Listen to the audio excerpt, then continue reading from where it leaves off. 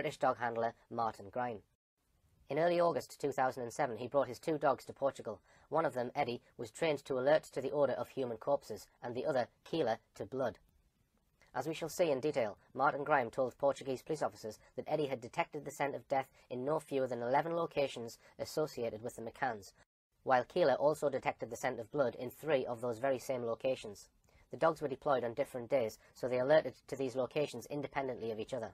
What I've first noticed is that as soon as I came in, the dog's very excited, and as a handler I can pick up his body language, etc. It would appear to me that as soon as he's come in the house, he's picked up a scent that he recognises.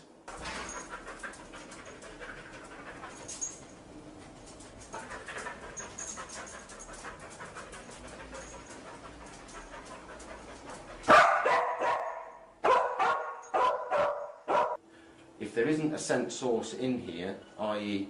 a physical article where the scent is emitting from, any scent residue will collect in a particular place due to the air movement of the flat, or the apartment. And what I would say in this case is that there's enough scent in that area there for him to give me a bark indication.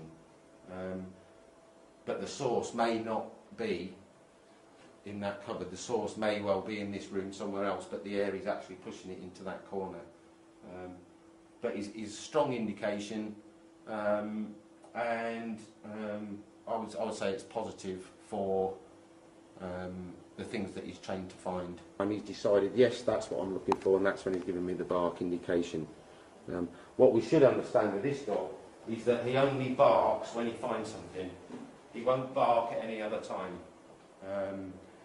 The only times I've ever known him bark since I got him as a small puppy was A, for his dinner, and that's just excitement, and that's one of the training methods we used to teach him to bark when we wanted him to, and when he actually finds something. He won't bark at other dogs, he won't bark at strangers, he won't bark when somebody knocks on the door or anything like that. So again, I would say that's a positive indication. Okay. Let there be no doubt about what Martin Grime said his dogs were alerted to. He said, in effect, that his dogs were alerting to the past presence of a human corpse in those 11 locations. But it's necessary also to point out that in his report, Martin Grime acknowledged that the evidence of his dogs alone was not sufficient to prove that a corpse had been in those locations. He said that there would need to be corroboration, in the form, for example, of forensic evidence or the kind of circumstantial evidence we discussed, whereas there may be no retrievable evidence for court purposes. These alerts may well assist intelligence gathering in major crime investigations. The dog's alerts alone then could not convict anyone of either killing Madeleine or hiding her body. There would need to be other evidence. 2 months into the investigations into Madeleine's disappearance, the team of detectives, led by Dr. Gonçalo Amaral, had clearly formed the view that the McCanns and their friends were not telling the truth, and were hiding something. They and top British police actively worked on the theory that Madeleine had in fact died in the McCanns' holiday apartment, and that the McCanns, perhaps with the help of others, had hidden or disposed of her body. One top British police officer whose opinion was sought was Lee Rainbow, who was then Britain's top criminal profiler, employed by the National Police Intelligence Service. He in turn consulted Mark Harrison, who recommended that Martin Grime and his dogs be brought in to search for evidence of past presence of a corpse and of blood in the holiday apartment rented by the McCanns, in the hired car they were using, and on their clothes, and on other personal items.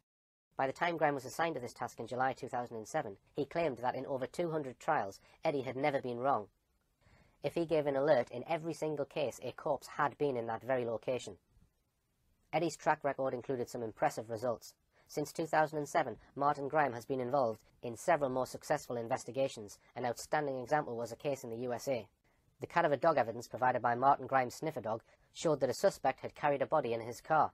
Martin Grime has taken his sniffer dogs to help in investigations in several countries, and his expertise was so valued by the FBI that he has now set up a business in the United States, largely funded by his work for the FBI.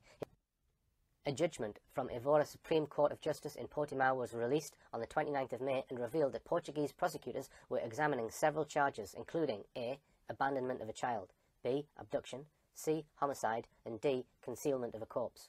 2 months later, on the 21st of July 2008, the Portuguese Attorney General announced that there was no evidence to link the McCanns or Robert Murat to the disappearance, that the case was closed, and that the aguido, or suspect status, of all 3 had been lifted. On the 4th of August, the Ministerio Público, the Portuguese Ministry of Justice, released 11,233 pages of the case file to the media on CD-ROMs.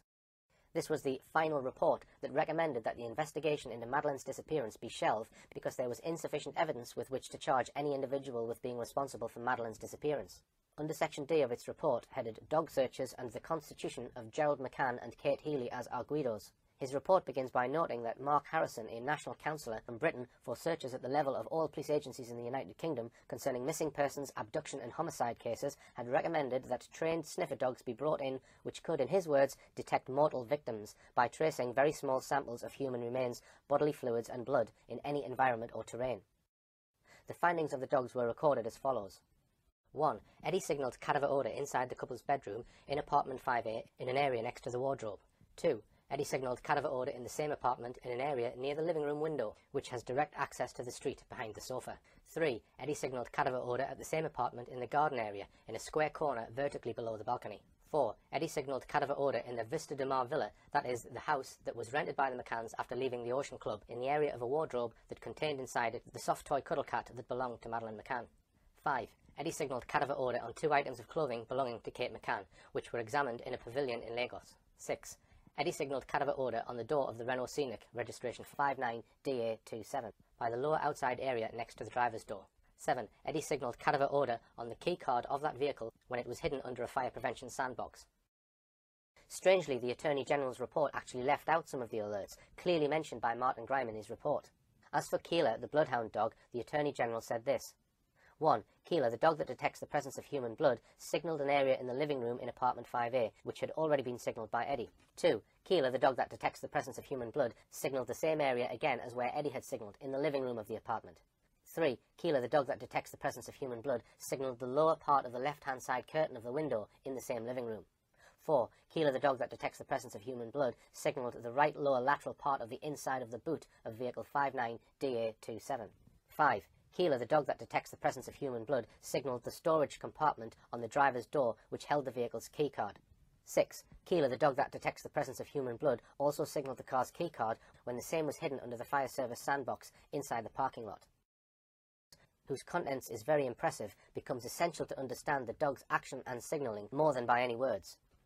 We know from the book written by Portuguese detective Gonçalo Amaral that the report of Martin Grime on his dogs was dynamite. The Portuguese police had been doubtful of the McCann's version of events from day one. Their suspicions had led them to take advice from the British police. Top British police officers said it was reasonable to suspect that the parents had lied about what had happened to Madeleine and may have covered up her death, whether it was accidental death or otherwise. It was perhaps inevitable that with the world's eyes on the investigation team in Portugal, and with the police now having the results from Martin Grime's cadaver dogs, that at least one police officer would leak this dramatic news to the media.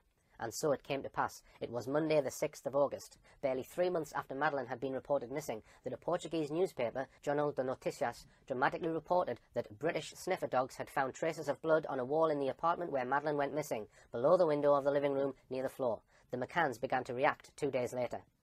A person described as a friend of the McCanns, Rachel Oldfield, one of the so-called Tappers 7, was reported as saying she was disgusted at what appeared to be a deliberate smear campaign against them.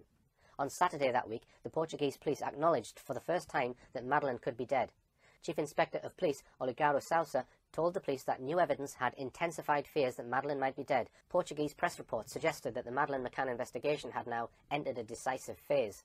They were not wrong. 2 days later, the McCanns did a round of interviews with Spain's 3 top-selling newspapers, claiming that there was a very real possibility that Madeleine was still alive. No doubt that took a little bit of organising by their media relations expert, Clarence Mitchell. Friday the 7th of September, the McCanns were taken in for questioning by the Portuguese police. They attended voluntarily. They were not arrested, but they were interviewed under police caution. There's shown a lengthy video of the cadaver dog Eddie alerting to the scent of a corpse in the McCanns' holiday apartment.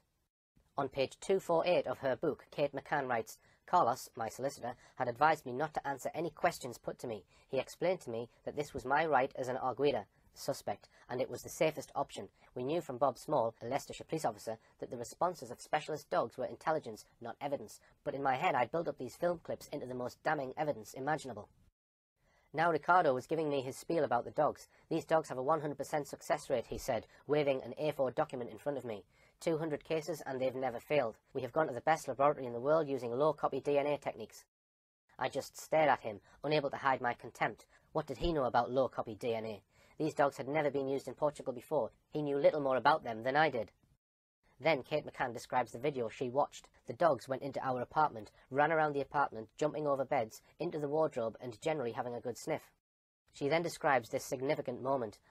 At one point, the handler directed the dogs to a spot behind the couch in the sitting room close to the curtains. He called the dogs over to him to investigate this particular site. The dogs ultimately alerted. I felt myself starting to relax a little. This was not what I would call an exact science. At this point, we can begin to see how Kate McCann is trying to minimise the impact of Martin Grimes' report. Here, in a spot between the curtains, behind the sofa below the window, Eddie, the cadaver dog, alerted most excitedly. His nose was certain. There had been a corpse there. Later, Keeler the bloodhound located body fluids at precisely the same spot.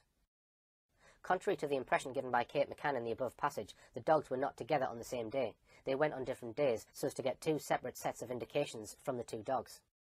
Kate McCann continues on page 250. To pour scorn on the dog's alerts in the underground car park, where the McCann's car and 9 others were parked, she noted that her car had posters of Madeleine on it. And so the handler, Martin Grime, she says, would have noticed that. In one passage she writes, "The handler stopped next to our Renault and called the dog. It obeyed, returning to him, but then ran off. Staying by the car, PC Grime instructed the dog to come back several times and directed it to certain parts of the vehicle before it eventually supplied an alert by barking." Did you notice that word eventually again? It implies that the dogs only alert anywhere after the dog handler has directed them to spot where he wants them to alert. Continuing down page 250, Kate McCann describes how the Portuguese detective, Ricardo Paiva, shows her video excerpts of the dog's alerts and then adds that in certain places blood had been found which matched Madeleine's. Kate says, "I said I couldn't explain it, but neither could he." She continues, "I remember feeling such disdain for Ricardo at this point. What was he doing? I thought, just following orders. Under my breath I found myself whispering, 'Fucking tosser, fucking tosser.' This quiet chant somehow kept me strong, kept me in control. This man did not deserve my respect." Kate McCann thinks one of the lead detectives on this case is a fucking tosser. Jerry McCann ignores the wealth of evidence that sniffer dogs are used reliably not only for blood and the scent of corpses, but also for drugs, explosives, and even certain medical conditions. He pigeonholes them all as incredibly unreliable, and both of them maintain that the most respected and sought-after dog handler on the planet doesn't know what he is talking about, effectively accusing him of gross professional incompetence. The McCanns are claiming that the dogs were plain wrong. They are saying that all 16 alerts by the two dogs were false alerts. They maintain that top sniffer dog handler Martin Grime didn't know what he was doing. It amounts to a libelous attack on Martin Grime, basically accusing him of gross professional incompetence. Now that was what the McCanns said about the dogs in a book first published in 2011, 4 years after Madeleine went missing.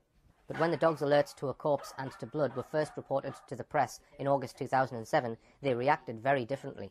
The first was that any blood found in the flat, apparently found having oozed underneath the tiles in the living room behind the sofa, where the wall and the floor meet, might have come from Madeleine's grazing her leg when she boarded the plane.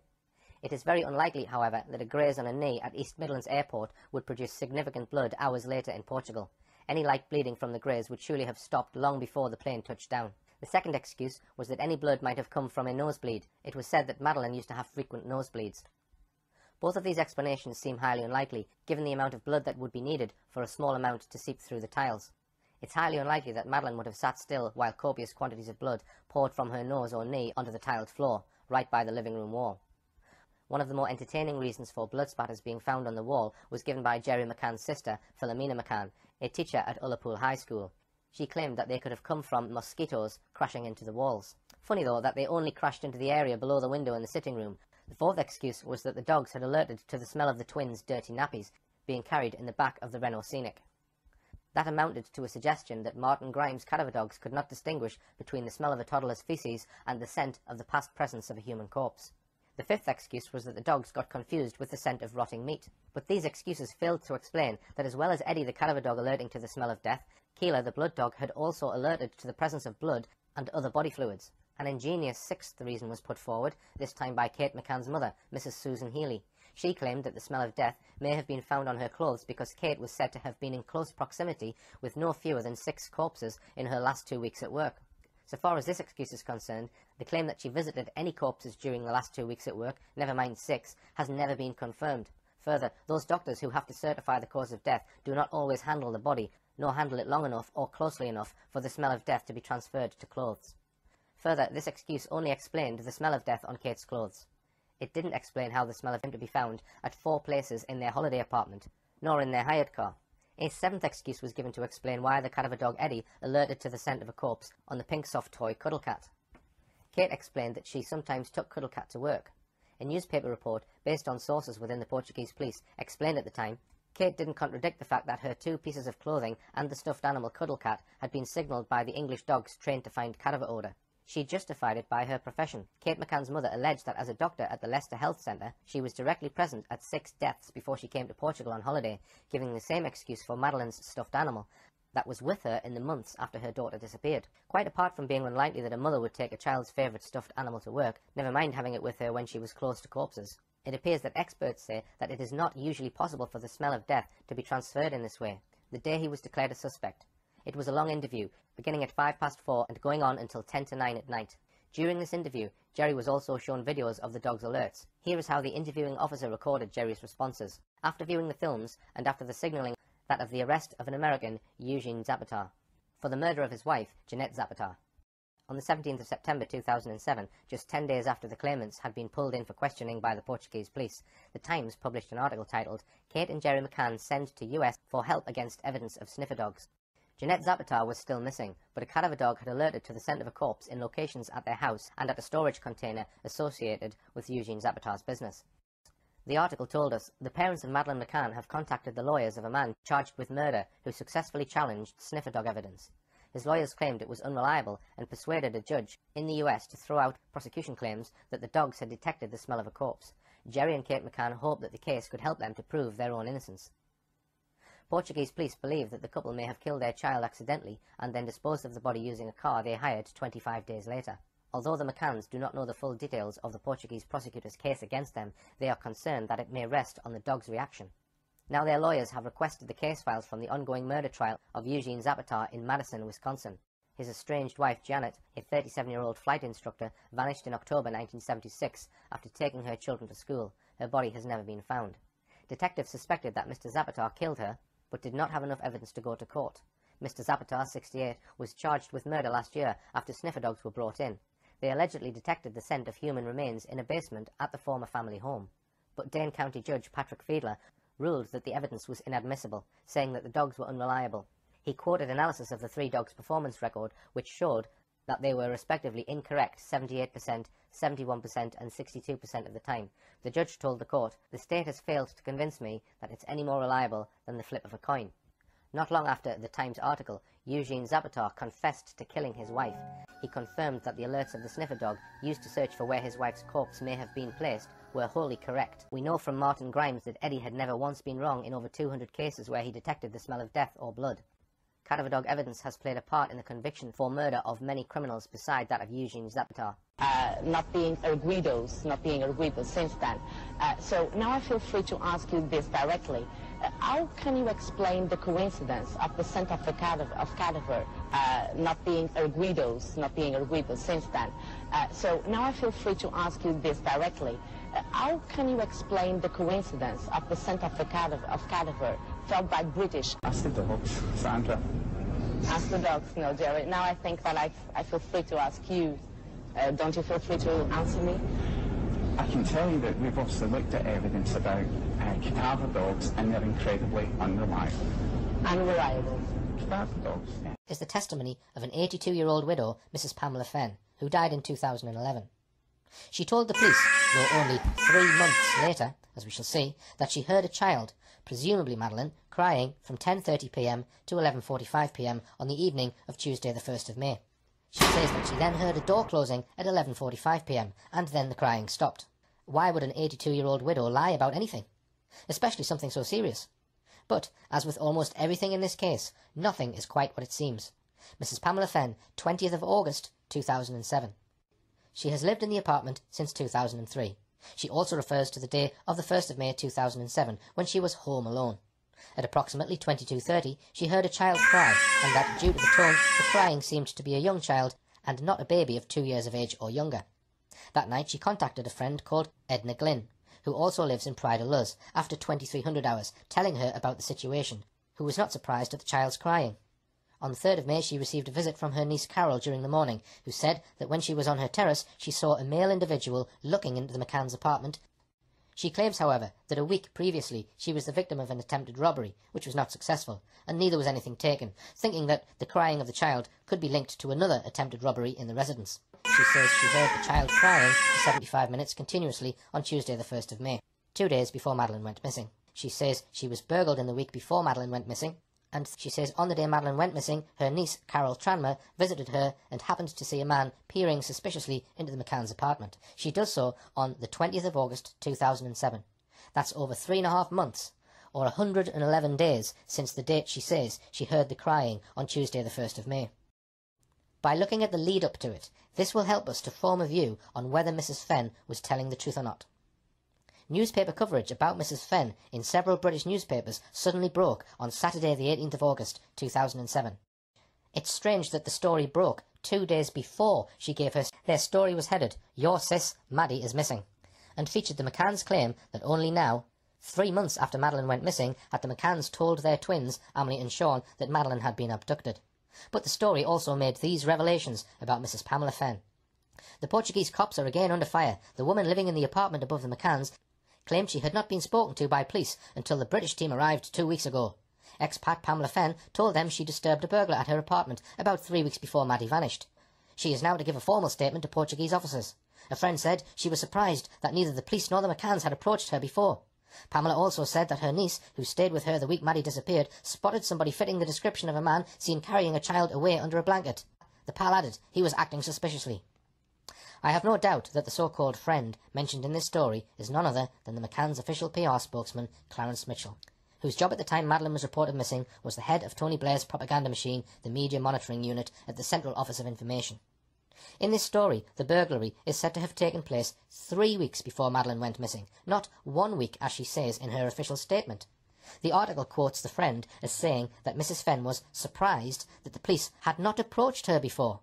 Surely the much greater surprise is that Mrs. Fenn had done nothing for 3.5 months to report an attempted burglary, a suspicious man hanging around the McCann's apartment, and hearing a child sobbing her heart out in the apartment below her for 75 minutes, 2 days before she was reported missing at night. The article also says that Mrs. Fenn's niece, Carol Tranmer, stayed with Mrs. Fenn that week. However, Carol Tranmer told the police that she had stayed elsewhere in Portugal and only visited her aunt on a couple of occasions. Another contradiction. Later said that the man she said she saw fitted the description of a man carrying a child away under a blanket. But it wasn't until late October, nearly 6 months later, that the McCann team released this artist's sketch of the man supposedly seen by Jane Tanner. Before then, there was no detailed description of him. So what description could Mrs. Fenn and her niece, Carol Tranmer, be referring to? It could only be the vague description given out by Jerry McCann on the 25th of May to the world's media, as reported by the BBC that day when they described the man as white, 35 to 40, 5'10" in height, wearing beige or light trousers, wearing dark jacket and shoes. The Daily Mirror added some detail about the alleged burglary. It told its readers, Pamela Fenn said a man broke into her flat weeks before Madeleine disappeared. There was no sign of a break-in, and it's thought the intruder may have had a key. She reported the incident to Portuguese police, but they did not question her again. The report went on. Mrs. Fenn, who was in her 70s, found the man scrambling out of the window and tried to grab his ankle, but he escaped. One version is that she didn't report the incident at the time. Another is that she never reported it at all. Another is that she never reported it all. Yet one more says that, because nothing was stolen, she thought it unimportant. Whilst a fourth, contradicting all the others, said she was beside herself with fear and contacted the police, found the man scrambling out of the window and tried to grab his ankle. Especially when we see how far Mrs. Fenn's windows were above the ground level. And also considering that Mrs. Fenn was 81 years old at the time, not in her 70s, as wrongly stated in some newspaper reports. The drop from the window of the flat to the ground must be 12 to 15 feet, meaning that he would have likely to have suffered injury if this story is true. But she says nothing about what happened to him after he scrambled out of the window. Did he run off? Did anyone else see him jump and report it? And did she really try to grab his ankle? Mrs. Fenn's information only resurfaced after British police reviewed the case 2 weeks ago. Mrs. Fenn will now be formally interviewed for the first time. It was in the first week of August that the 2 Springer Spaniels, used by top police dog handler Martin Grime, alerted to the scent of a corpse and blood in 17 different locations, in their apartment, on their clothes, and in their hired car associated with the McCanns. As is clear from Kate McCann's book, Madeleine, the McCanns were in a state of panic at this time. Stories about Mrs. Fenn were planted in the British media in a fresh attempt to deflect from the disturbing leaks coming from the Portuguese police about the scent of a corpse and about cadaver odour being found in the McCann's apartment and in the hire car. Did these articles serve an ulterior purpose? If Mrs. Fenn's story about the crying incident was right, then that would surely prove that Madeleine was still alive on the evening of Tuesday the 1st of May, which is part of the McCann's version of events. Sunday followed up these stories the day after by claiming that the under fire Portuguese police are preparing to take a fresh look at reports of 2 earlier break-ins in the apartment block where Madeleine McCann and her family stayed. Both burglaries, the Mail said, one in the apartment directly above the McCann's flat, are understood to have happened 2 weeks before the McCanns arrived in Praia da Luz. So now we have this burglary occurring 1 week before the McCanns and Madeleine were there, then 3 weeks, and now 2 weeks. You would think that if they were going to invent a burglary or two, they would have agreed beforehand. They reported Mrs. Fenn scared him off. She told friends she heard a noise as she watched television and found a man escaping through her bedroom window. Her niece, who was staying with her, also saw the man. This is different from earlier accounts in 2 respects. One, her niece Carol Tranmer is now, for the first time, said to have been present and witnessed the burglary. 2, there is now no mention of Mrs. Fenn trying to grab the man's ankle. There was no suggestion or evidence that Mrs. Fenn's flat had been broken into by this man. He is said to have either walked in through an unlocked door, or he had a key or swipe card that would enable him to enter. Why on earth would he choose to dive out of a window 12 feet or more above the ground when he could have simply walked or run back out of the apartment door? The British media reports about burglars in Praia da Luz continued. The day after Mrs. Fenn eventually gave her statement at Portimao Police Station, the Evening Standard ran another dramatic headline: "Burglar was on loose at Muddy Resort." The next day, 22nd of August, the Portuguese newspaper, Correio da Manhã, ran an even more dramatic story, titled, "Maddie Screamed for Her Father." Now, Mrs. Fenn gave her witness statement to the Portuguese police on Monday the 20th of August, 2 days after the spate of news reports in the British press. Indeed, it almost seemed as though certain people had arranged for Mrs. Fenn to make her statement to the police, just so that 2 days earlier they could generate banner headlines in the British mainstream media about Madeleine. It seems, though, that the secrecy of the investigation was convenient when McCanns were asked difficult or embarrassing questions, but could be broken at will when the McCann team wanted to get their message out. But the Manor was able to give full details of what she told the police. The newspaper said, Mrs. Fenn confirmed she heard Maddie crying for her father the day before she disappeared.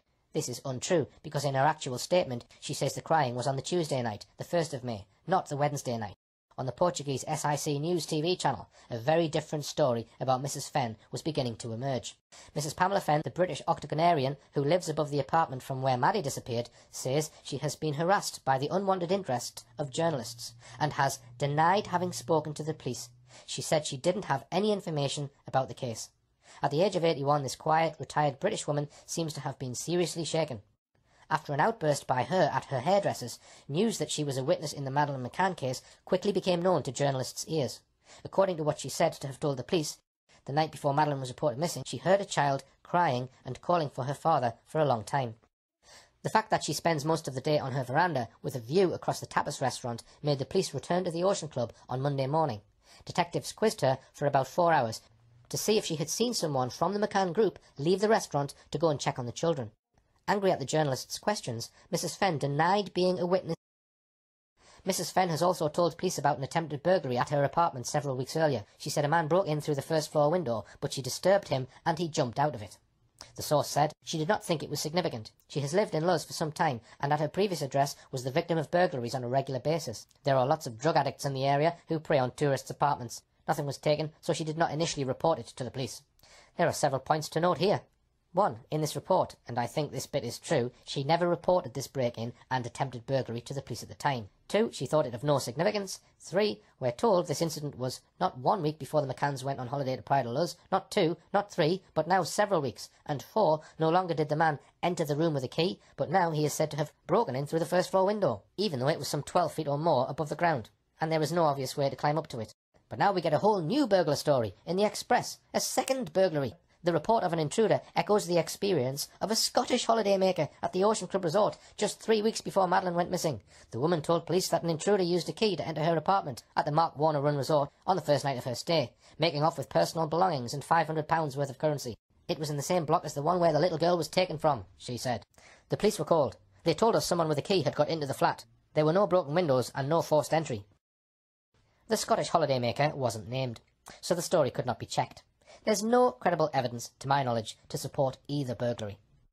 Regarding the story that Mrs. Fenn's niece, Carol Tranmer, had seen a suspicious man lurking around the McCann's apartment, the Express also purported to reveal new details about this. They told their readers, Mrs. Fenn's niece, who has now been interviewed by detectives in Britain, spotted a suspicious-looking man hanging around the McCann's apartment about the time Madeleine disappeared. She told detectives that he matched the description of a suspect seen by Jane Tanner, one of the McCann's holiday friends. Miss Tanner reported seeing the man rushing away from the apartment with a child wrapped in a blanket under his arm. A second witness spotted the man minutes later rushing past the church in the resort and heading to the seafront. The dark-haired man was wearing white trousers and a dark jacket. I made the point earlier that Carol Tranmer, in August, would only have known that the alleged abductor was white, 35 to 40, 5'10" in height, nothing else. Not until late October was this artist's sketch of the abductor released to the public. So how could Carol Tranmer be so sure that the man she said she had seen matched Jane Tanner's description? But now, in August, we hear from the Express about a man with dark hair, dark jacket and white trousers heading towards the sea, also carrying a child. The Express says that both the man seen by Jane Tanner and the other man were rushing. We'll instantly recognise this man with dark hair, dark jacket and white trousers. It is the description given to the Portuguese police by Irishman Martin Smith and 2 members of his family. Persuasive evidence that this alleged sighting, which I call Smith Man, may also have been fabricated. In the Express report, we are seriously being invited to believe that the very same man with dark hair, dark jacket and white trousers was seen by Carol Tranmer lurking around the McCann's apartment during the afternoon of the 3rd of May, then seen by Jane Tanner near the McCann's apartment at 9:15 p.m. carrying a child in pyjamas, and then seen by a second witness, unidentified, later on heading towards the beach. All of these 3 so-called sightings have so many problems about them that none of them seem to have any. Said on BBC Crime Watch in October 2013 that a man had come forward 6 years after the event to identify himself as the man carrying a child seen by Jane Tanner. That tale by Detective Chief Inspector Andy Redwood seemed equally suspect. Most likely it was yet another fabrication in this mystery littered with fabricated statements. Another most interesting aspect of the Express story is that the man allegedly seen rushing towards the beach is said to have been seen just 10 minutes after the Jane Tanner sighting at 9:15 p.m. The problem with this claim is that the Smiths say that their sighting was at 10 p.m, and that's 45 minutes, not 10, after the Jane Tanner sighting. This whole Express article must have been handed, ready packaged, on a plate to the Express, who simply churned it out and no doubt made a few extra £1,000 from it by putting the story on their front page. The only person who could realistically have done this, that is, manufactured a story which once again confused the British public, was the McCann's PR spokesman, Clarence Mitchell. In the Express's account of the crying incident allegedly heard by Mrs. Fenn, they tell us that it happened 2 nights before Madeleine went missing, the Tuesday, not the night before. She says she heard a child start crying at 10:30 p.m. She says, due to the tone of the crying, it seemed to be a young child and not a baby of 2 years of age or younger. The term not a baby of 2 years of age or younger is a clumsy phrase. It could mean either under 2 or under 3. The relevance seems to be this. The McCann's twins, Emily and Sean, were just 2 years and 2 months at the time the McCanns were in Pride of Luz.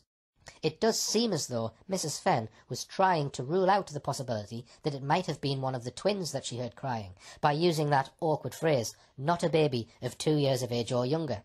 She was, it seems, telling the police it must have been Madeleine, who was 9 days short of her 4th birthday on the day she disappeared. But we might well ask, could she really distinguish between the crying of a child aged, say, 2 years and 2 months, and one aged 3 years and 11 months, from the floor above? Had someone perhaps asked her to use this phrase, in an attempt to prove that Madeleine was still alive on Tuesday the 1st of May? The matter became even more hard to unravel after Jerry and Kate McCann appeared on The Late Show in the Irish Republic in 2011.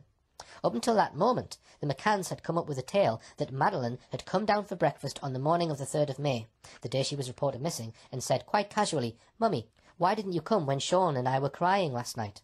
The McCanns say that Madeleine didn't wait for an answer, but happily skipped away unconcerned.